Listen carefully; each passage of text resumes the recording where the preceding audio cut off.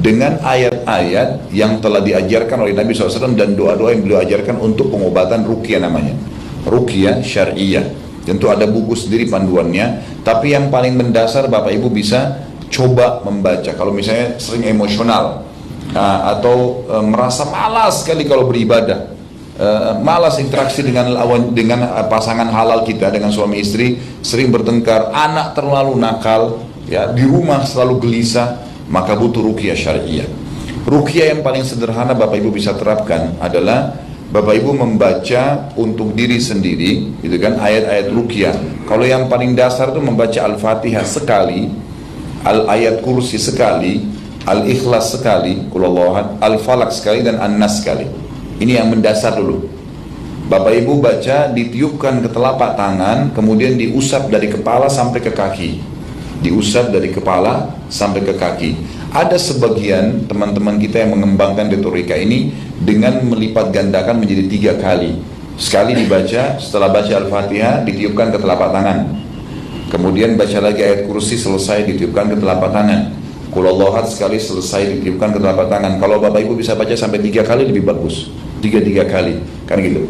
Kemudian baca Qul Huwallahu Falaq, kemudian ditiupkan ke telapak tangan sampai selesai. Setelah selesai ya, kemudian baca Qul Huwallahu Nas, ditiup di telapak tangan. Kemudian diusapkan dari kepala kita sampai ke kaki. Niatnya membentengi diri dari semua sihir dan setan-setan yang ada.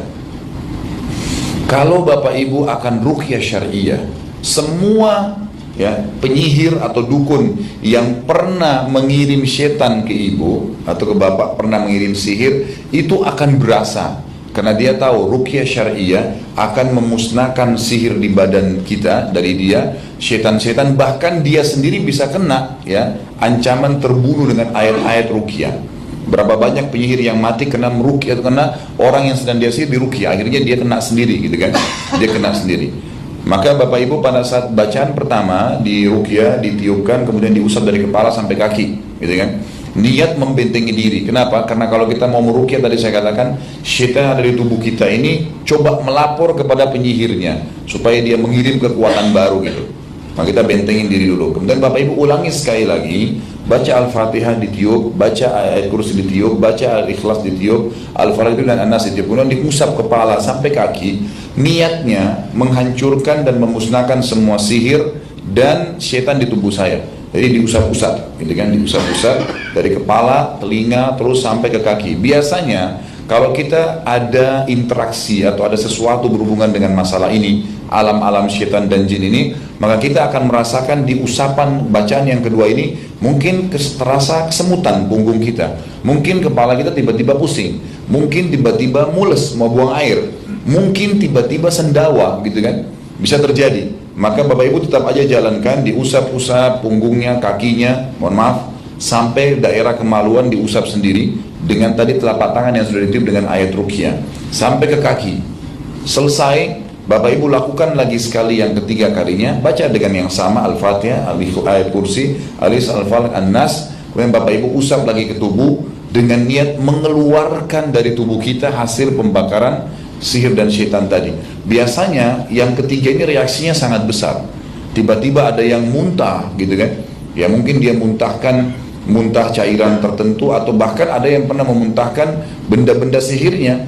Mungkin bentuk peniti, mungkin bentuk hewan-hewan yang tidak baik seperti belatung dan seterusnya. Itu terjadi kan gitu. Maka dia muntahkan.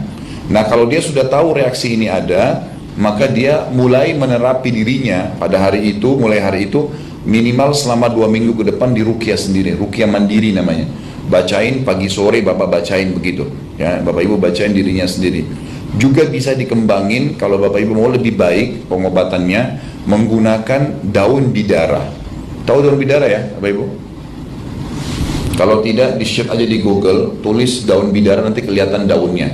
Kalau Bapak Ibu mau beli di tempat-tempat pinggir jalan, tempat-tempat teman-teman kita yang jual pohon, tanya aja pohon apel India, nanti mereka akan lihatkan. Atau kalau mereka paham daun bidara lebih bagus lagi. Kalau selama ini saya tahunya di teman-teman kita tahunya pohon apel India.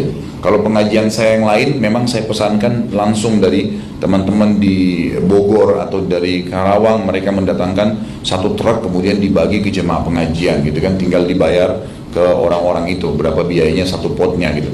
Nah itu ditanam, diambil daunnya 7 lembar. Dalam sebuah hadis yang sahih dikatakan, diambil 7 lembar daun bidara, kemudian dihancurkan dengan 2 buah batu. Kalau kita sekarang mungkin ulekan, atau mungkin kita bisa kembangkan dengan blender.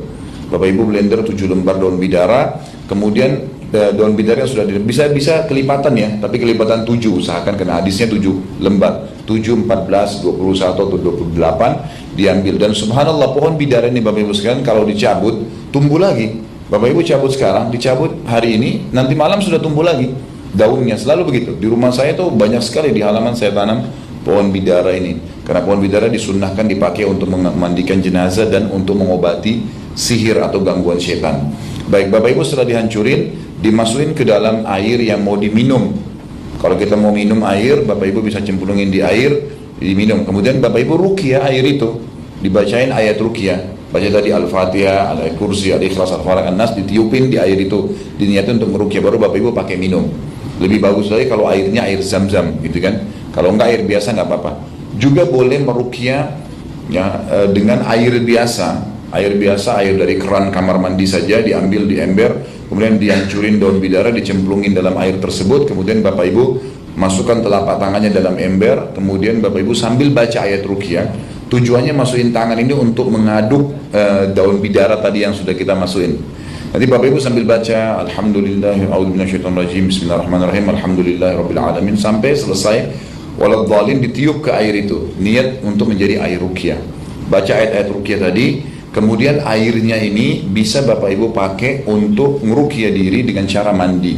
Diambil satu gayung, terus diambil airnya, digusap-gusapin di tubuh. Jadi nggak usah satu ember dihabisin dengan mandi gebiar-gebiur, tapi diambil satu timba, airnya diambil seperti orang pakai balsem, diusapin di tubuh kita dengan niat untuk menghancurkan sihir-sihir itu. Ini juga sambil lakukan 2 minggu. Juga kalau rumah sering gelisah, di Jakarta ini Bapak Ibu sekarang ada rumah, selalu di dindingnya ada semut dan banyak sekali gitu. Dia sudah berusaha bersihin tetap tidak bisa. Setelah rumahnya diruqyah itu hilang semutnya. Iya. Dan itu ada orang yang sering bertengkar suami istri, jadi jadi sudah berhenti bertengkarnya. Anaknya nakal sekali, jadi berubah dengan ruqyah rumah. Tadi ruqyah rumah dengan cara air yang sudah dibuat ini, Bapak Ibu bisa diambil kemudian beli alat pel baru. Jangan pakai alat pel yang lama.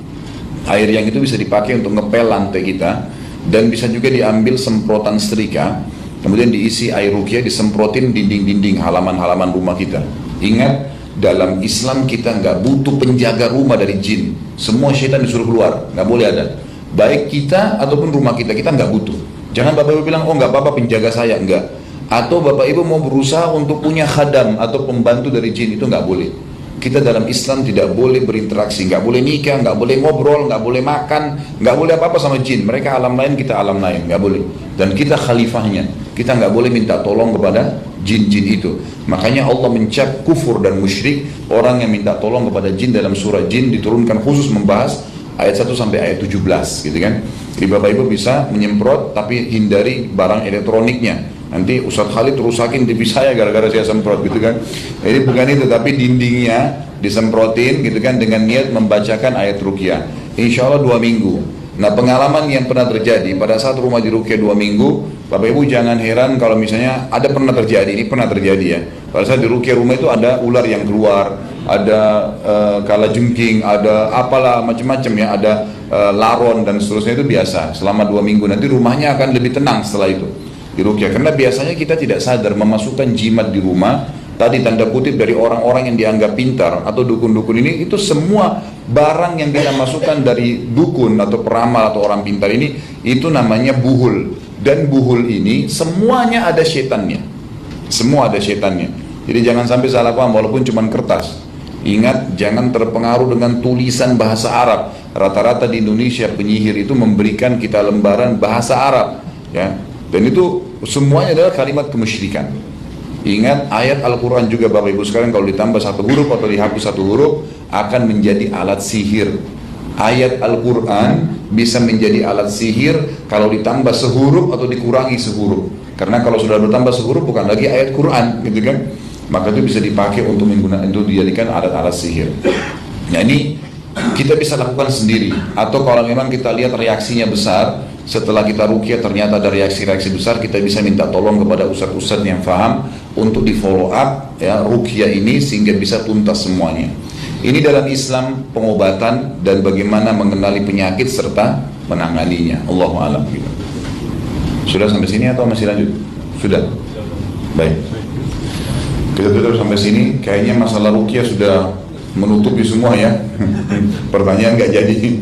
Baik, saya sarankan juga sebagai penutup Bapak Ibu bisa beli ada buku doa terapi penyakit dengan doa dan ruqyah. Itu juga ada buku-buku yang cukup banyak bisa dipakai untuk digunakan di rumah dan dibagikan kepada keluarga. Baik, kita sampai sini menutupnya dengan kafaratul majlis. Subhanakallahumma bihamdika asyhadu an la ilaha illa anta astaghfiruka wa atubu ilaik. Wassalamualaikum warahmatullahi wabarakatuh.